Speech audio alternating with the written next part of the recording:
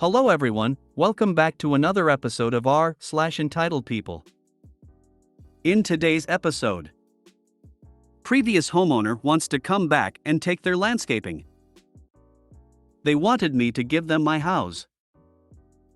I don't want my dog locked in my room for so long. Before we get started, make sure to subscribe so you will never miss a video. So let's get started. Previous homeowner wants to come back and take their landscaping. Received a peculiar message this morning from the previous owner of my home. They want to know if they can come take the hydrangea bushes from the backyard in front of the house as they are of sentimental value.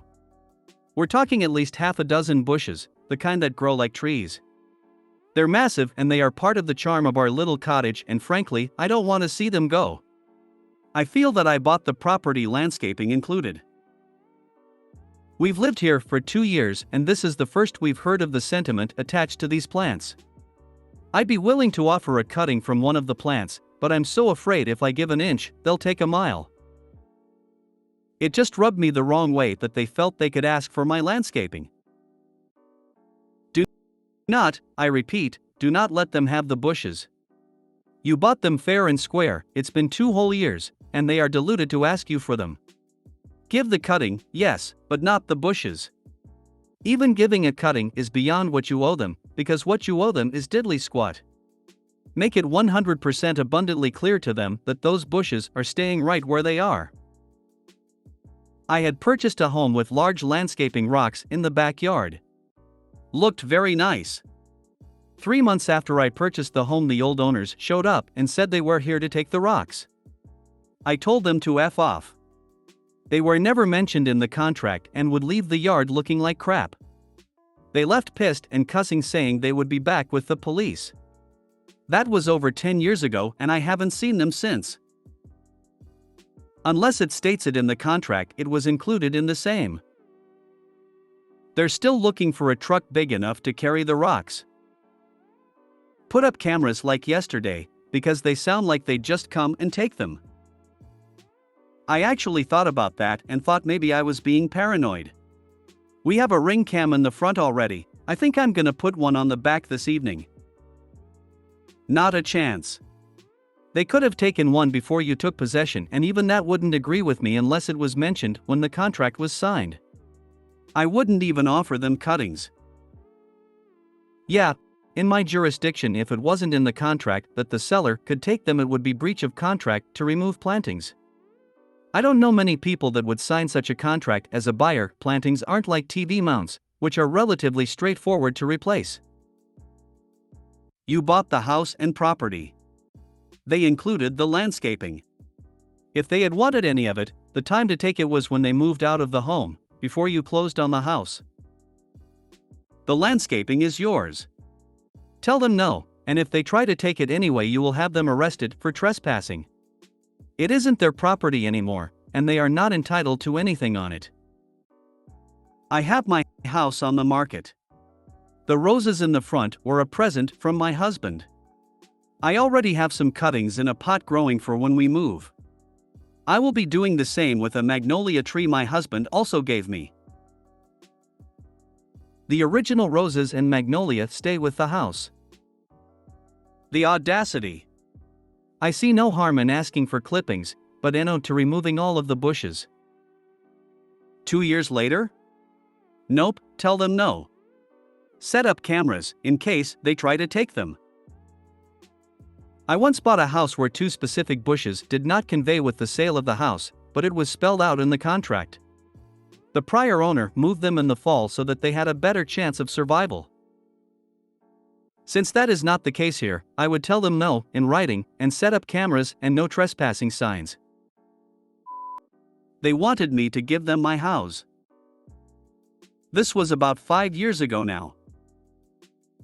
I was 23 at the time and I had a friend I'll call Jane. I had known Jane for a few years, but we weren't super close. She had a boyfriend and a young son, and they were being evicted from their house because they spent their government assistance money on pot and neither of them could keep a job. Their house was also trashed. I had been living in a beautiful little townhouse in the same town for about a year. I was a single mom and I was receiving help from rental assistance. I worked 40 hours per week at a grueling metal manufacturing plant and was finally in a position to buy a home with my then boyfriend, now husband. My lease on the townhouse wouldn't be up for a few more months after buying the house. We were all hanging out in the townhouse when Jane said, "Well, the least you could do is let us live here since you have a house now." I told her that as much as I wish I could, I don't have the authority to let her just move in as it was heavily regulated. She threw a huge fit and threatened to call the rental assistance place and report me for not needing their assistance if I didn't let her stay in the empty townhouse. She thought for sure they'd fine me or something. This pissed me off. I told her very firmly that she could go ahead and let them know. The whole point of rental assistance, and assistance in general, is to bridge the gap until you can support yourself. She got all huffy and started trying to apologize once they realized she couldn't blackmail me.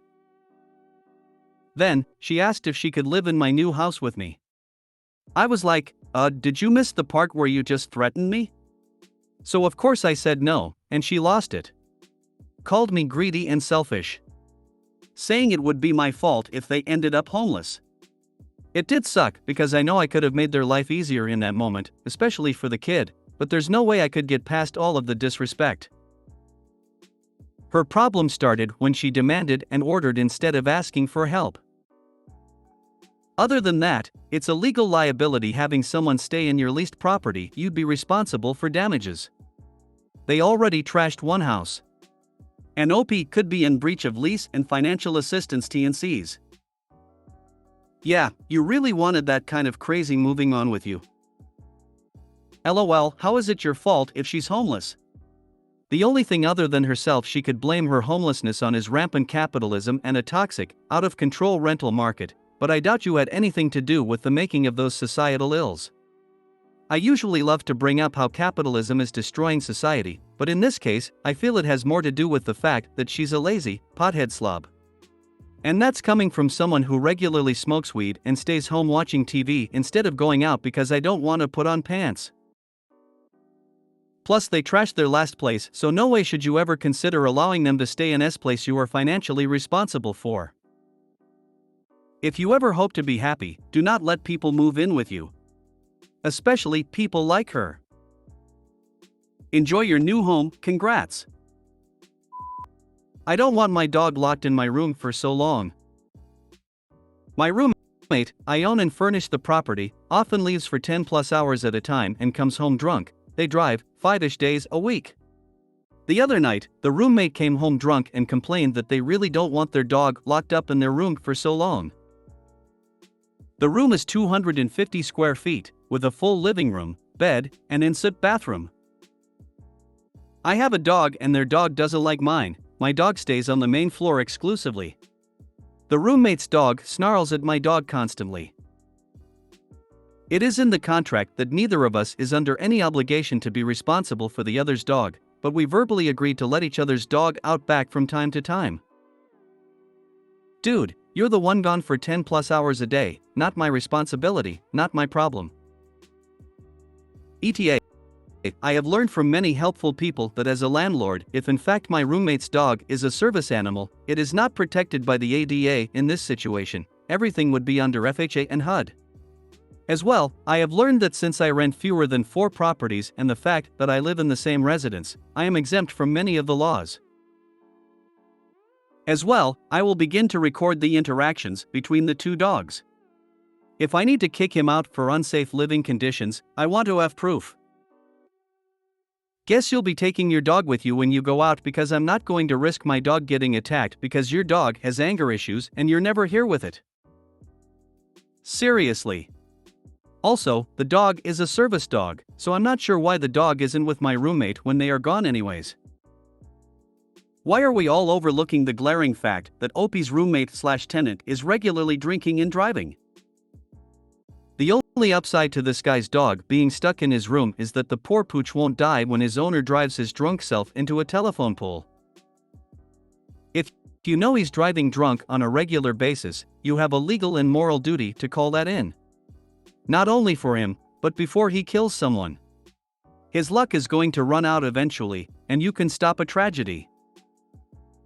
We live in a party town too. You have to do a lot to get a public intoxication citation, so they are insanely strict with DUIs. People even get a DUI less safe, below 0.08, regularly here. I never know where the roommate goes or hangs out, so it would be difficult to call and report them. I don't know how they haven't been pulled over. Why are you renting to someone with an aggressive dog? Tenant? Maybe you can spend less than 10 hours a day getting shit-faced and actually, be a Gorum adult and take care of your own dog? Well, it sounds like you and your dog are gonna have to find another landlord to look after your dog. This isn't working. If you made it to the end of the video, thanks for watching. Don't forget to like, subscribe and share, and we will see you in the next video.